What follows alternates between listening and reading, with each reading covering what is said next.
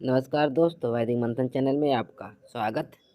आइए एक डिबेट और सुनते हैं सांजनी सर का। प्रीतम बताएं क्या कहना चाहते हैं। मैं पहली बार आपके चैनल में आया हूँ वैसे। अच्छा जी, तो मैं बोलिए। मैं भी मतलब ऐसे बोलूँ तो सो कॉल्ड दलित कास्ट से आता हूँ, तो मैं वेस्ट बंगाल में रहता हूँ, तो ऐसा कोई दिक्कत मुझे हुई नहीं। और मेरे फादर गवर्नमेंट जॉब में थे, तो इसलिए मुझे कोई दिक्कत नहीं हुई पर्सनली। मेरे बहुत दोस्त ऐसे हैं, और वेस्ट बंगाल में ये डिस्क्रिमिनेशन बहुत कम है, तो मुझे पता नहीं है कि बाहर क्या होता है। तो वैसे मेरे भी फैमिली ऐसे सब रिचुअल्स को फॉलो करती है, तो मैं जानना चाहता हूँ कि सच में हिंदुइज्म में ये सब था क्या, अच्छा क्योंकि मुझे प्रीतम, पता आप नहीं है। एलियन ग्रह से आए हैं क्या? कहीं मंगल उंगल ग्रह से आए हैं क्या? नहीं, यही से है। नहीं, एलियन ओलियन पे कोई दलित जाति होती होगी ना। भारत इंडिया में तो कोई दलित जाति है ही नहीं। दलित मतलब एससी कास्ट से हूँ मैं। हाँ तो सीधे सीधे बोलिए ना।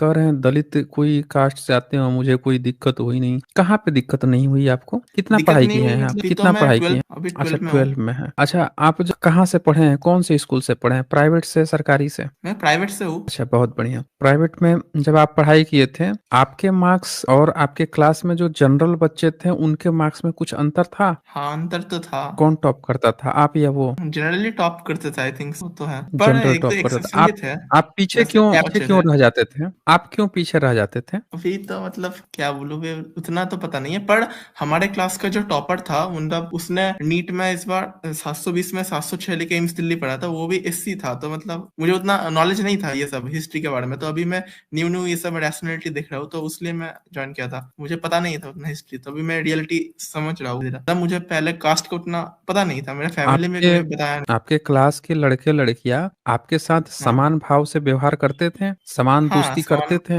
हाँ, हाँ, मेरे यहाँ पर करते थे। अच्छा, आपके मेरे घर साथ वर ऐसा पे कोई जाते थे? नहीं हुआ था। आपके घर वर पे क्या? जाते थे? हाँ, हाँ, आते हैं अभी अच्छा, भी। हाँ। जनरल क्लास के लड़के लड़कियां? हाँ, मेरे दोस्त, मेरा जो फ्रेंड है वो भी जनरल है, मतलब खास जो दोस्त है वैसे मतलब। जनरल मतलब मतलब मैं बोल क्या? रहा हूँ कि जनरल में बता दीजिए। नहीं नहीं, हम जो पूछ जनरल। रहे हैं उसका जवाब दीजिए। हाँ, आपका एक खास दोस्त है, हम खास दोस्त की हाँ, बात नहीं कर रहे हैं, हम ऐसे कॉमन पूछ रहे हैं कि आपके क्लास के सारे लड़के लड़कियां जो हैं समान रूप भाव से, ऐसा तो नहीं है कि वो हाँ। अपने जाति या अपने कास्ट में समान रूप से मिलते थे, आपसे नहीं मिलते थे? ये मैं बोल रहा हूँ। नहीं, मेरे साथ नहीं हुआ ऐसा। आपके साथ ऐसा नहीं हुआ है, कोई बात नहीं। नहीं। आप थोड़ा और पढ़ाई कीजिए, अभी 12 में है ना, थोड़ा और पढ़ाई कीजिए, नहीं, मैं ऊपर जाइए। वही पूछ रहा था कि ऐसा होता है क्या, क्योंकि मैं वेस्ट बंगाल के बाहर नहीं गया कभी। तो मैं सच में जानना चाहता हूँ ये सब, तो मैं आपका चैनल देखना स्टार्ट किया हूँ इसलिए। होता नहीं है, कभी कभी ऐसा होता है कि आपके साथ हुआ, बहुत बार होगा, आपको फील नहीं होगा, समझ रहे ना?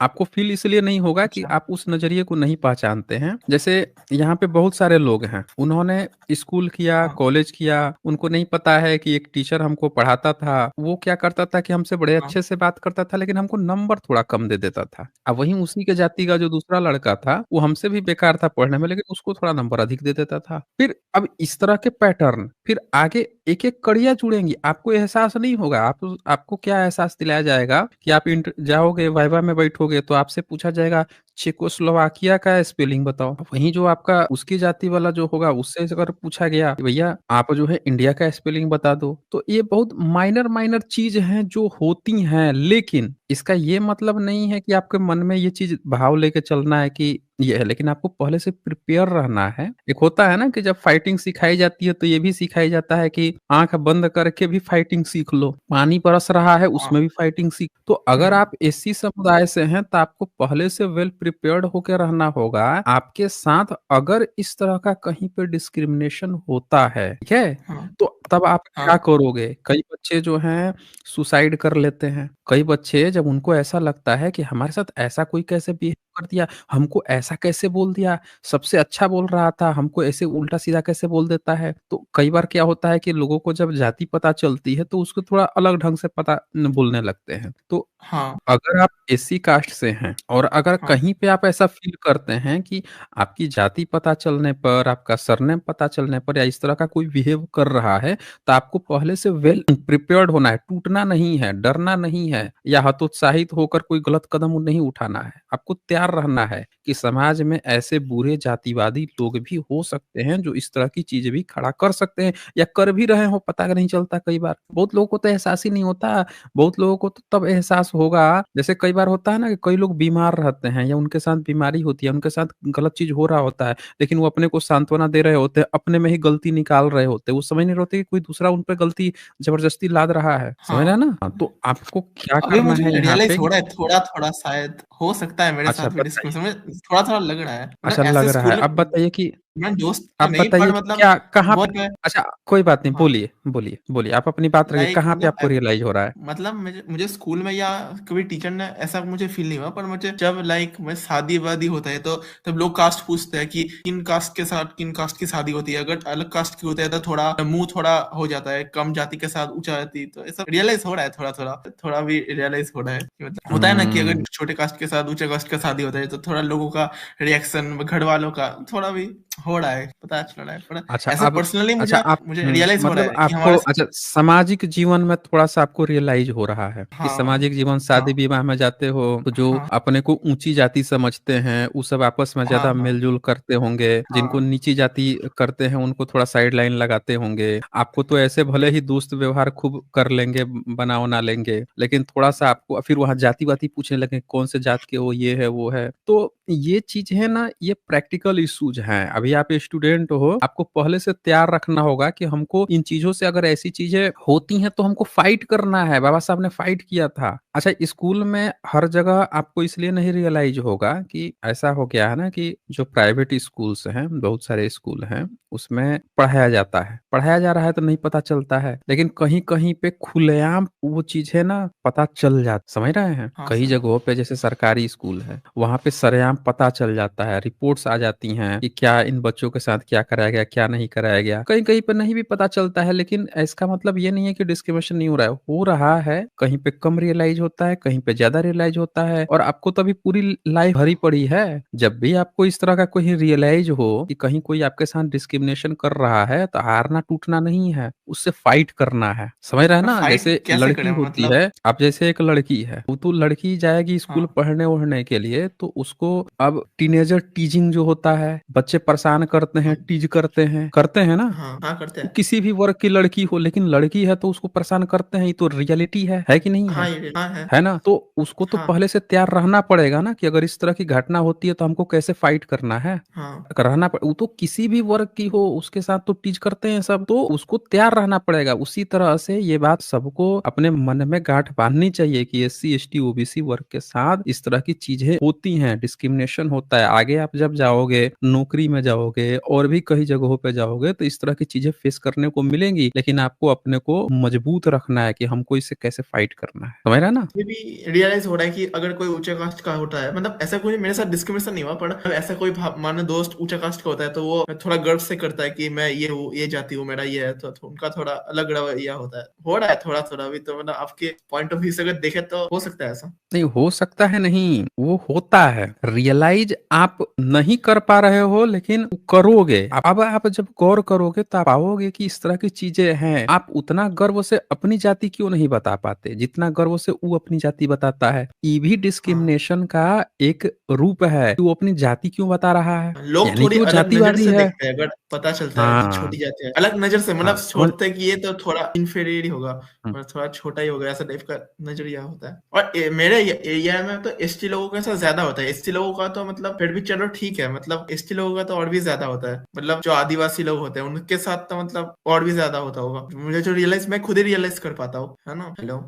देखें, ये जो सांत्वना है ना कि उसके साथ और ज़्यादा होता होगा, बस इसी कारण से जातिवाद बना हुआ है। हम कह रहे हैं कि बुरा है, खराब है, तो सबके साथ खराब है ना, कम या ज़्यादा हाँ, से खड़ा नहीं है। मतलब है। खराब है नहीं। मतलब खराब है, समझ रहे हैं हाँ। ना? सिर्फ़ ये सोच लेना कि हमसे भी ज़्यादा किसी और के साथ होता है डिस्क्रिमिनेशन, तो इसीलिए चलो हम इतना सह लेंगे। बस यही भावना के कारण भारत में जातिवाद बना हुआ है। खराब है मतलब खराब है, चाहे हमारे साथ हो या किसी के साथ भी हो। अब आप सोचिए कि फिर ये कौन कर रहा है? आप तो किसी के साथ डिस्क्रिमिनेशन नहीं करते हैं। आपने नाम लिया कि ट्राइबल्स के साथ ज़्यादा होता है, तो ट्राइबल्स भी तो किसी के साथ डिस्क्रिमिनेशन नहीं करते। फिर उनके ऊपर कौन कर रहा है डिस्क्रिमिनेशन? आप सोचिए, खुद सोचिए। उनके ऊपर शायद एससी वाले कर रहे होंगे।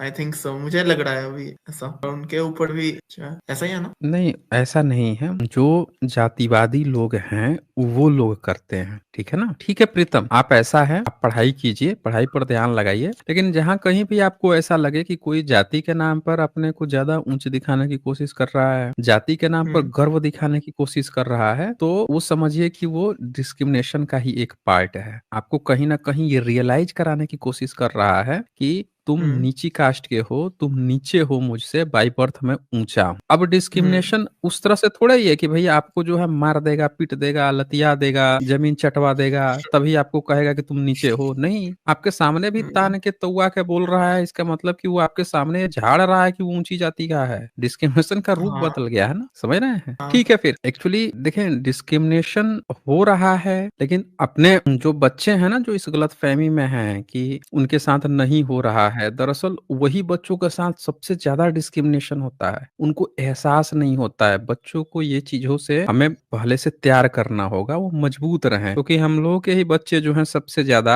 हायर एजुकेशन छोड़ रहे हैं। सबसे ज्यादा आप देखिए ना, ड्रॉपिंग क्यों छोड़ रहे हैं, वही छोड़ रहे हैं, तो उनको मजबूत करना। अच्छा, जिगर जी यहाँ पे लिखते हैं, आप सभी से रिक्वेस्ट है कि किसी भी ब्राह्मण बात पे विश्वास करने से पहले 100 बार सोच लेना, क्योंकि हम सोशल मीडिया पर लगातार बने देख रहे हैं, पर ब्राह्मणों का सोच बहुजन महिलाओं के लिए कितना गिरा हुआ है। बिल्कुल सही कह रहे हैं जिगर जी, 100% सही कह रहे हैं। ये सोशल मीडिया अगर आप ध्यान से पढ़ लेंगे पूरे सोशल मीडिया में, तो सबसे ज्यादा गंदी गंदी वाहियात जो बातें हैं, ये पूरे ब्राह्मणिकल सोसाइटी ही लिख रही है। इतनी घटिया वाहियात कोई नहीं लिखता है। एक दो व्यक्ति अगर सही से बात कर भी लिया तो वो आपको लगेगा कि नहीं ये वाला सही है, पर फिर आप वहीं पे गलत होते हो। क्योंकि एक भी, आज तक मैं बार बार पूछता हूँ कि ब्राह्मणों में एक नाम बता दीजिए जो समाज सुधारक पैदा हुआ, जो खड़ा होके मास स्केल पर, इन्होंने इतने सारे समाज बनाए थे बीच में, एक भी खड़ा होके अछूत अछूतपन खड़ा खत्म करके अब भारत का मूल कल्चर वापस दिलाने के लिए, बहुजनों को हक अधिकार देने के एक भी ब्राह्मण आगे नहीं आया, तो वो एक ब्राह्मण आपके लिए फिर कैसे सही हो सकता है?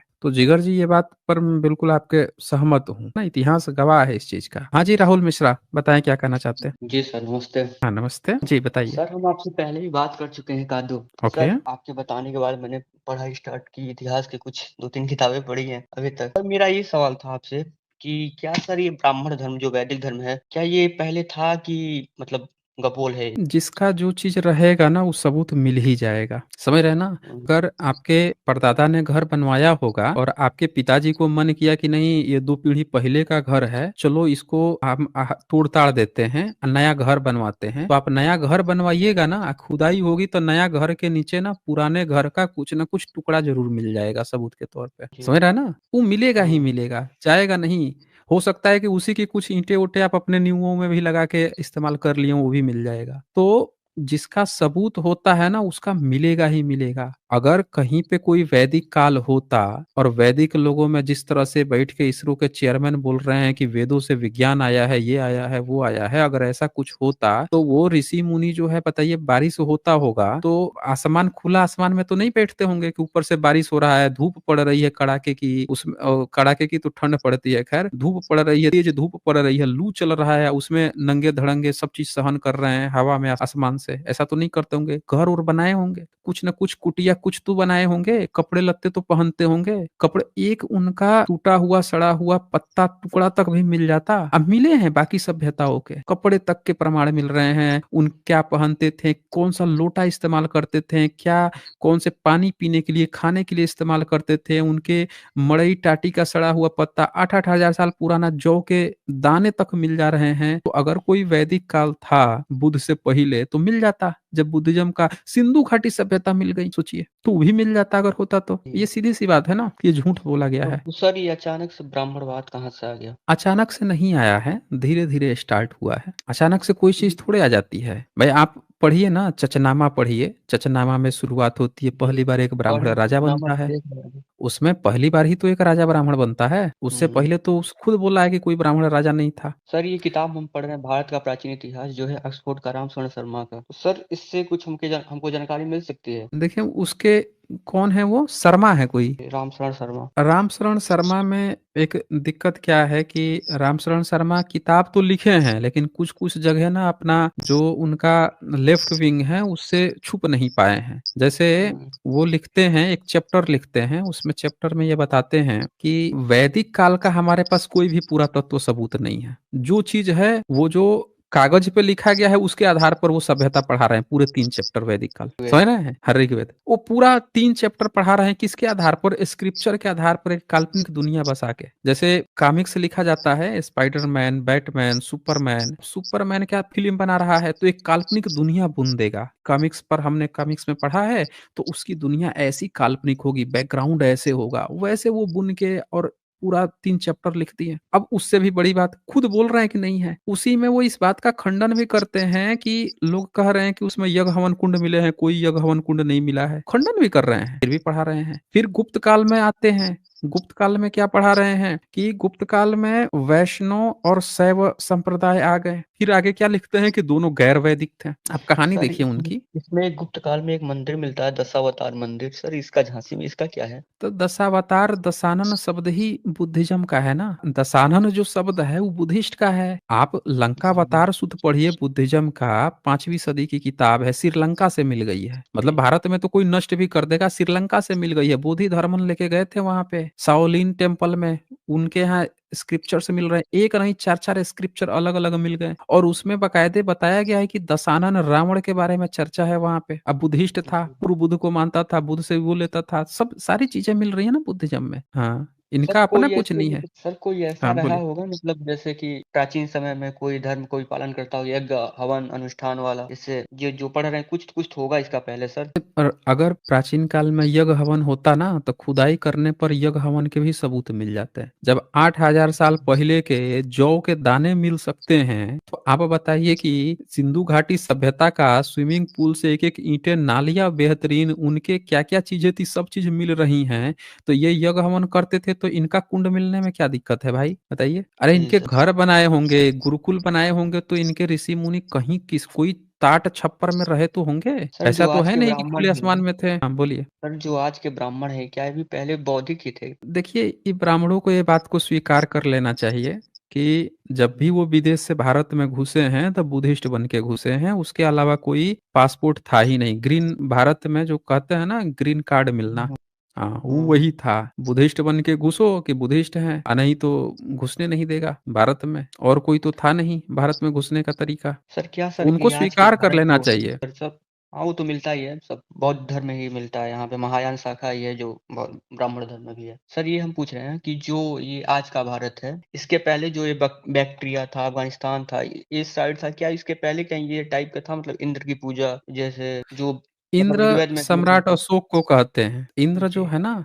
सम्राट अशोक को ही कहते हैं। जितने बुद्धिस्ट राजा हैं उन्हीं को इंद्र कहते हैं। और जितनी जातक कथाएं, एक्चुअली अभी तक आपने ना ब्राह्मणों की गपुल कथाएं सुनी है, एक बार बुद्धिज्म को आप पढ़ेंगे ना आपका पूरा क्लियर कंसेप्ट हो जाएगा सर हम अभी तक वो आपको। पढ़े ही नहीं है, हिंदू धर्म की कोई किताब हम पढ़े हाँ। ही नहीं है। अभी तो अगर किताबें पढ़े तो मतलब वो हाँ इतिहास तो की और बौद्ध। वो आप ऐसा कीजिए ना, आप जातक कथाएं पढ़ेंगे तो वहां पे बार बार इंद्र की चर्चा आएगी, शक्र की चर्चा आएगी और बताया जाएगा ब्रह्मा कि तुम गलत काम करोगे तो शक्र देख रहा है, पेड़ से छुप के देख रहा है, वहां से देख रहा है, तुम्हारी ना सुताई कर देगा, कुटाई। वो दरअसल सम्राट अशोक की चर्चा चल रही है, क्योंकि भारत का कॉन्स्टिट्यूशन सम्राट अशोक ने लिखा था, पत्थरों पे लिखा था। तो जब जातक कथाएं बनाई गई तो पब्लिक को जब ये दिखाया जाता था कि तुमको सधर्म पे चलना पड़ेगा, कुछ गलत करोगे तो इस गलत का दंड कौन देगा? तो इंद्र देगा। ये इंद्र कौन था? बुद्धिस्ट किंगडम थे, बुद्धिस्ट राजा थे, सम्राट अशोक थे। उनके ही सद्धर्म पे चलना पड़ेगा, दंड का अधिकार उन्होंने दिया है। बुद्ध ने तो कोई दंड नहीं दिया था, बुद्ध ने तो चेंजेस की बात की थी। दंड देने का प्रावधान जो है, हल्का दंड देना है या कौन सा दंड देना है, ये सम्राट अशोक ने विस्तार किया था इस चीज का। तो वो जी सम्राट अशोक हैं, उन्हीं को शक्र और उन्हीं को इंद्र कहा जाता है। जी, जैसे हम पढ़ रहे थे इसमें देखे कि मतलब जो ऋग्वेद में था, बलि प्रथा था, आप ये आप सब और देखिए, आप ऐसा कीजिए कि आप जो हैं इस पर बहुत सारे वीडियोज हुए हैं, उनको देखिए, सुनिए। कहीं पे कोई डाउट आता है तो सबूत के साथ आइएगा कि आपने क्या पढ़ा है, उसका क्या है, फिर मैं बताऊंगा आपको। सर ठीक है? एक सवाल और, ये हाँ सर बोलिए। हम पूछ रहे थे, ब्राह्मण जो आज का ब्राह्मण ये आया कब, कि मतलब इसका क्या कब से काल रहा होगा, मतलब शुरुआती क्या रहा होगा, कोई तो ये होगा अस्तित्व बताइए कि इसका? अच्छा, एक एक सिंपल सा क्वेश्चन मैं आपसे पूछता हूँ। भारत में मुस्लिम आज इतनी संख्या में दिखते हैं कि कब इतने जी मुस्लिम आए हैं भारत में? सर ये तो धीरे धीरे मोहम्मद बिन कासिम के बाद, जब ये उसने आक्रमण किया 7वीं शताब्दी में, तो उसके बाद आना स्टार्ट हो गए थे, ये आते गए 12वीं आने 13वीं स्टार्ट शताब्दी हुए, से। 12वीं 13वीं सदी से आए हैं, लेकिन मुस्लिमों की इतनी संख्या तो थी नहीं उस समय। ये तो धीरे धीरे-धीरे लोग यहाँ के कन्वर्टेड बने हुए। हैं ना, यहाँ जी के सर, लोग यहीं जो के हैं लोग कन्वर्टेड धीरे-धीरे हुए। मुस्लिम बने हैं। तो कहने का मतलब ये है कि बाहर विदेश से तो कुछ ही लोग आए थे, जी, ज़्यादातर यहीं के लोग बन गए हैं मुस्लिम। कुछ लोग आए थे आप यहाँ पे। आप खुद देखिए कि आज की डेट में कई लोग अपने को ब्राह्मण घोषित किए हुए हैं। ब्राह्मण है नहीं, अपने को घोषित किए हुए हैं। कई लोग तमगा ले लिए हैं कि हम ही ब्राह्मण, क्योंकि इन्होंने एक शब्द पकड़ लिया बुद्धिज्म में कि बमण उसको कहा जाता था, जो एनलाइटेड भिक्षु था उसी को बमन कहा जाता था, और उस शब्द को पकड़ लिए, बैठ गए कि हम ही हैं। हर एक उस जगह पे कब्जा कर लिए, मजा आने लगा उनको, फ्री में दान वान मिलने लगा। सम्राट अशोक बोल के ही गए थे कि बमन शमन को दान देना ही देना है, तो उनको तो बड़ा मजा आने लगा। फिर धीरे धीरे अपना बदल लिए, सर फैक्ट्री का इसमें मालिक आसानी से बन गए। बौद्धिक ग्रंथों में कई जगहों पे ब्राह्मणों शब्दों का प्रयोग हो गया है। तो मतलब सर इसका क्या है? अच्छा एक बात बताइए, मेगस्थनीज आया, उसने बमन शमन की चर्चा किया। सम्राट जी अशोक सर। के इंस्क्रिप्शन में बमन शमन की चर्चा है। बुद्धिज्म की सारी किताब में बमन शमन की चर्चा है। आप बताइए ब्राह्मणों की किताब में बमन शमन की चर्चा है? जी सर, नहीं है। बोलिए, नहीं कमड़ है। परंपरा है शायद शायद कहीं-कहीं पे होगा। नहीं देखे नहीं है सर हम इसलिए बता आपके यहाँ कहीं भी बमन शमन की चर्चा नहीं है। आपके यहाँ क्या चर्चा है? ब्राह्मण ब्राह्मण क्षत्रिय वैश्य शूद्र, हर एक दान जी। वान सब ब्राह्मण को दो। तो ये तो सर आपने पाने क्या के लिए लोग किया करते हैं भारत अपना। में? हाँ, तो आपने बुद्धिज्म के अगेंस्ट में लिखा। आपकी परंपरा अगर हुँ, पहले की होती ना, तो आपको धम्मलिपि के बारे में पता होता, आपको एंशिएंट राजाओं के बारे में पता होता, आपको बमन शमन के बारे में पता होता।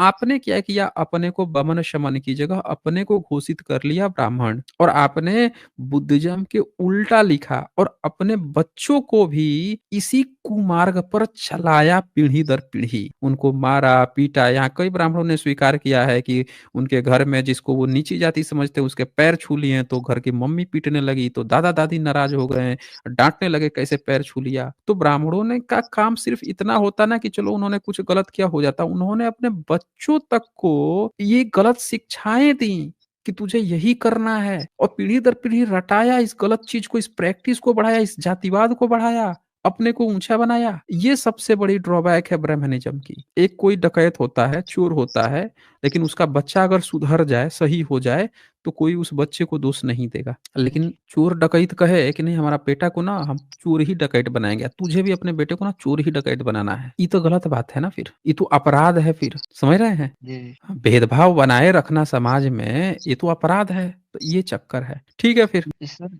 ये ऋग्वेद जो है जेंडा अवस्था से मिलता-जुलता रहता है। इसका तो थोड़ा लगता है कि वहीं से लोग आए हैं। हाँ, तो पारसी लोग आए हैं ना 8वीं 10वीं सदी में। आप पुरानी स्ट्रीम देखिए ना, पारसियों पे की है मैंने, आपको वहां से जी। पता चल जाएगा। ठीक है। आज बस इतना ही, फिर मिलेंगे हम अगली वीडियो में अगले जानकारी के साथ। तब तक के लिए नमस्कार।